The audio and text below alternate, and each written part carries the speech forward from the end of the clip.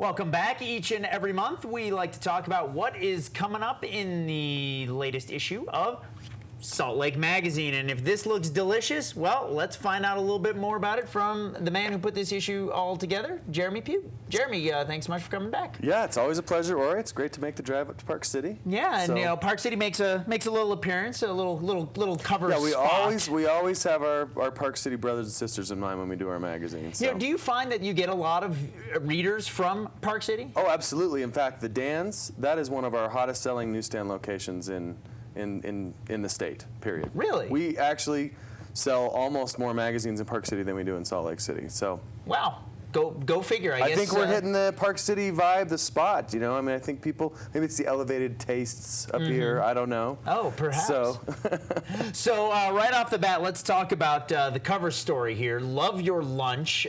This is a amazing looking tower of meat here. Bread, meat and bread is sort of the ultimate sandwich on the cover. That's a fantasy sandwich. Right. You wanted to look, why lunch? It's sort of, it's sort of a forgotten meal. I think that's it. You know, more and more you eat at your desk, you eat on the go, you're eating in your car, you're throwing a Happy Meal back to your kids. I mean, you're not loving your lunch, and we want to urge our readers and everybody to take lunch back. So we've got everything from the big long leisurely lunch that we've all forgotten how to do, but we have suggestions for how to do it on a Saturday afternoon. The power lunch with your boss in town, which still exists. Does the 3 martini lunch still exist? Sadly, you know, we couldn't find many instances of that. That seems to have gone the wayside. You know, you it's wonder, back in Mad Men. Yeah, exactly. I was going to say with Mad Men, you know, maybe there would be a revival. I think there's people that would like the 3 martini lunch, but you know, sadly, productivity goes down after that. I imagine. You typically find that. But and we've even got suggestions for if you're forced to go do the working lunch, the meeting lunch, but instead of getting, you know, a cheeseburger from McDonald's, let's get some of you know, our best restaurateurs to give you a real lunch, a great box lunch, you know. For example, there's an new outfit in Salt Lake that I'm really excited about called City Greek Express, and they specialize in box lunches. They'll have a dinner for 2 or a lunch for 2, and you get all the parts to make your own, assemble your own gyros and things like that. And they're great gyros too. They make them all fresh and really assemble your own. Assemble your own. Well, you get the hama, you get the tahini sauce, and the gyro meat and the tomatoes and lettuce. That's a very European style thing. You know, it's one of the things that I miss about falafel. You know, here in the U.S., you go to Israel, and you know, they have a falafel bar. You know, you get the falafel and the pita, and the rest is up to you. So you can make it however you want. Yeah, and these guys are you know, and they specialize in the box lunch. So you know, take it to Red Butte show, take it up to a Deer Valley show, take it to a picnic, you know, that kind of thing. So, and that's one of the great ones. And then up in Park City, we've got the stew pot in there. We've got kind of the greatest hits of the midday meal here in Park City. Of course, Torrigo's in there because. Glass of wine, ladies who lunch. It's a wonderful spot. There's a few of those left here in Park There's City. a few that, you know, it's a wonderful spot to share your noon time. And you know, and also I think you put the Goldner Hirsch up there, and Troll Holland up at Stein Eriksen, because you know, great places to go. You know, in the sort of a midday break from your mountain bike ride. Yeah, exactly that, and it's, you know, and spectacular views. Again, we want people to love their lunch. It's not just about the food; it's about the location. It's about the frame of mind you're in, you know. And so, yeah, Stein's Troll Holland, fantastic views while you're dining, and Goldner Hirsch, same thing. You know, you're up there in the mountains. And this is not, of course, the only dining element of the magazine this month. Mary Brown Maloof also has another story. As well. We, you know, she has a regular food department. We're focusing on marinara, red sauces, great things to do with red sauce. You know, beyond the can of ragu. You know, things you can do. You know, great recipe for basic and like several different ways to spice it up. And we talked to the folks at Maxwell's up here in Park City about the gravy. The gravy, as they call it anywhere else, you know, but here. So hey, they are an East Coast eatery. It says it right there in the title. So yeah, we talk about gravy and how to make your own gravy, and then great ways to serve it. You know, spice it up, and it's a beautiful food shoot. You know, from our folks in Florida who do great food photography. Also amassed that gargantuan sandwich on the cover. All right. So, but of course, there's so many other things going on as well in the magazine. One of the other things that I think is really interesting is, and somebody was just asking me about this the other day, was sort of the growth of the arts community. And somebody asked me, they said, do you think that Salt Lake is ready to have its sort of breakout moment?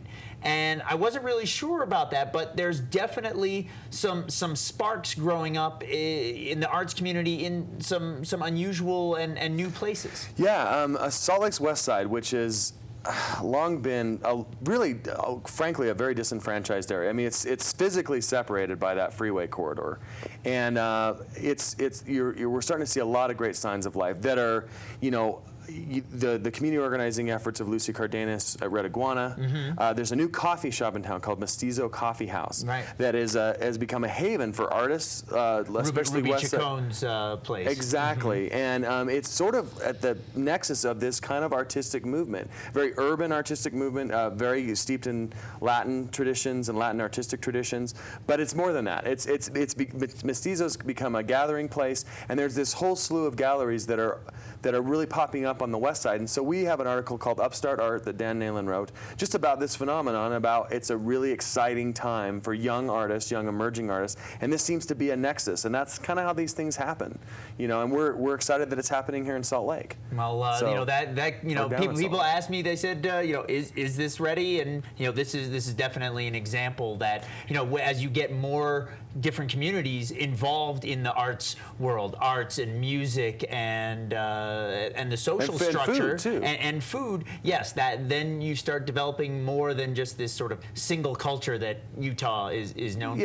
Yeah, and I don't think it's a question of is ever ready for it. I think these things happen, and I think we're able to witness happening like that. So please check out that article because it's really fascinating, and there's great shows all the time down there. Now we've talked about this in the past, that you have pretty much you're very much a long lead magazine. Yeah. You work on stories well in advance of publication date, but yet right here in the magazine you've got an issue about healthcare and how Utah is sort of leading the way in health innovation long before the discussions of healthcare reform were bubbling to the fore. Yeah, I mean, medicine is something that Utah does really well. I think we can all agree we have a great medical infrastructure between IHC, the University of Utah, and then of course we've got a great outfit like Huntsman Cancer, which is right at the heart of cancer research in the United States and treatment. We just looked at medical innovations. These aren't healthcare savings by any means, but these are things that are making healthcare safer, making healthcare in some cases more affordable for bringing down the cost of procedures. A great example is the University of Utah. And they're little things sometimes. These physicians at the University of Utah they built this little plastic device that actually makes you hyperventilate a little bit, under controlled, while you're under general anesthesia. And it actually increases your alertness and awakeness after you come out of general anesthesia, because a lot of the danger with general anesthesia is that you want to get patients up and moving as quickly as possible because there can be bad side effects from it. And these guys figured out this little plastic device that's now saving lives. It's increasing, shortening recovery times, and it's lessening the danger of general anesthesia. And it's just and it's right here in our backyard, and we're really proud of that. And so that's just one of the 5 things we found that are tiny but very significant things. Well, it's all wonderful stuff, and it's great to see innovation like that here in the state. Now, obviously, we said long lead, but you also have plenty of short lead pieces that are also available online. Tell people about the blogs. Yeah, we're blogging. Nalen's blogging every concert. In fact, he went with the bluegrass option. He skipped the hairband and Depeche Mode and went to the bluegrass option. So his review is online, and his review of last week's Pretender show, which we're told is the most accurate, last weekend's. And then Mary's talking about food, and myself and my loyal staff of interns are running around talking about everything that they're not talking about, basically. Filling in the blanks. Right. And so that's all on the website, which is SaltLakeMagazine.com, Ori. All right. Well, one of the other things that's also available on Salt Lake Magazine is episodes of The Burger Bunch, where we're trying to find the best burger in the Wasatch. We'll take a look at one of those right after these words.